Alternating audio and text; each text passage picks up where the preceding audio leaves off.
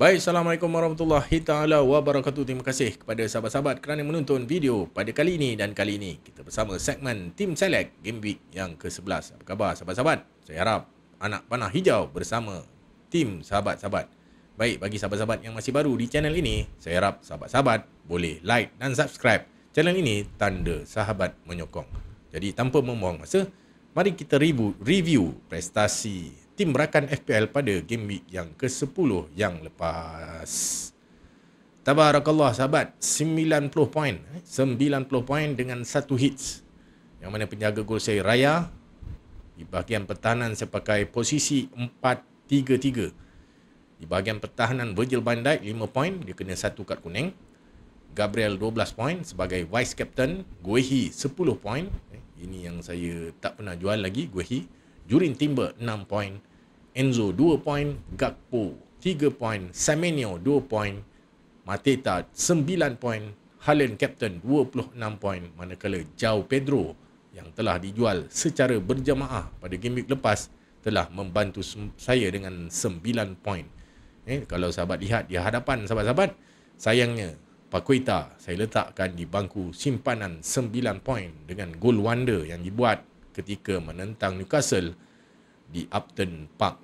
Jadi ranking saya pada game week yang ke-9 ialah 1.1 juta.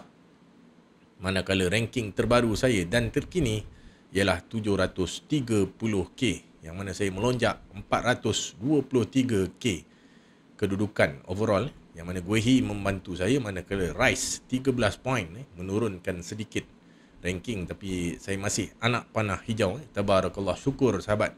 Walaupun hits masih berbaloi, saya berpuas hati dengan pasukan saya dan kita akan lihat tim untuk game week yang mendatang. Game week ni lah. Game week ni saya menggunakan formasi 4-3-3. Baik sahabat. Ada tak keluar pula.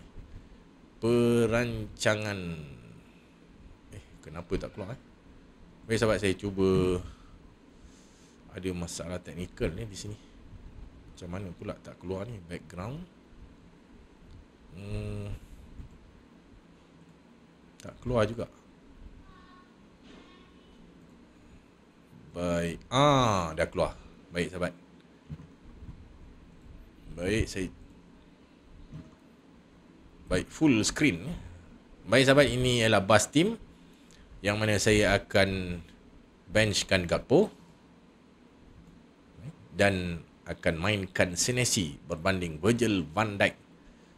Di formasi saya ialah 4-3-3, yang mana kalau sahabat lihat di sini, saya menongkak arus, yang mana saya, Allahu Rabbi, kebanyakan ada Gabriel Timber, lepas tu Saka.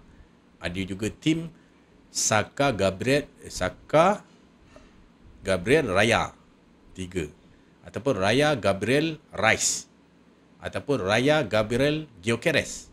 Cuma saya cuba menongkak arus dan nampaknya membawakan hasil. Saya triple pertahanan Arsenal sahabat. Raya Gabriel dan juga Timber. Timber, saya masa nak beli Timber tu, saya jual Gyökeres dan membawa masuk Mateta. Masa tu tak tahu dia injured sahabat. Tak tahulah, firasat hati kata jangan jual João Pedro sebab perlawanan Wolf home dan juga Burnley away. Jadi saya nak simpan, walaupun mendapat penurunan harga, nampaknya macam berbaloi sahabat. Jadi saya jual Gyökeres. Rezeki Allah kebetulan second half dia cedera. Jadi berbaloi lah, saya bawa masuk Mateta dengan menjual Gyökeres dan saya hit. Itu yang saya ada satu hit game week yang ke-10 dengan membawa masuk Jurin Timber. Pilihan saya di antara Jurin Timber ataupun si Calafiori. Tapi saya risaukan nanti kita akan ada Boxing Day, jadual perlawanan yang agak rapat ketika fasa Christmas. Saya risaukan si Hincapié akan bermain di tempat si Allahu Rabbi, si Calafiori. Jadi saya membawa masuk Timber untuk selamat. Sedangkan Saliba pun tak selamat lagi sahabat. Musim ni Saliba nampaknya di Allahu Rabbi dirotasikan dengan pertahanan satu lagi, saya lupa lah nama ni. Jadi ini perancangan pasukan saya. Saya bertahan dengan João Pedro. Jadi saya harapkan minggu ni saya dapat pulangannya. João Pedro menentang Wolfholm, manakala Enzo yang blank pada game week lepas menentang Wolfholm juga. Dua, saya bertaruhkan ranking saya game week ni ke atas dua aset Chelsea. Jadi saya rancang sahabat ni, saya tidak membuat apa-apa transfer game week ni.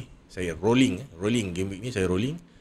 Jadi saya akan membawa masuk sama ada Szoboszlai dan juga pertahanan ni. Saya nak masukkan Munoz. Mungkin saya double up, saya tak pakai Sar. Ramai yang pakai Guehi, Sar dan juga Mateta untuk triple daripada aset Palace. Tapi saya rancang untuk membawa Munoz dengan menjual si Virgil.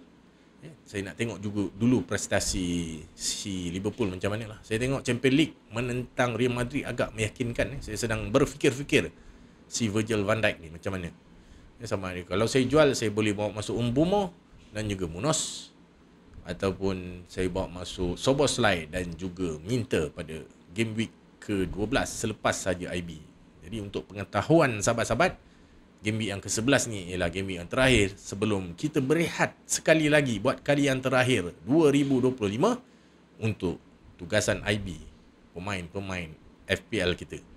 Jadi tanpa banyak yang perlu saya kongsikan, saya rolling game week ni sahabat. Jadi itu saja daripada saya. Jumpa lagi. Ingat, saya bukan Sifu. Saya hanya berkongsi info. Assalamualaikum.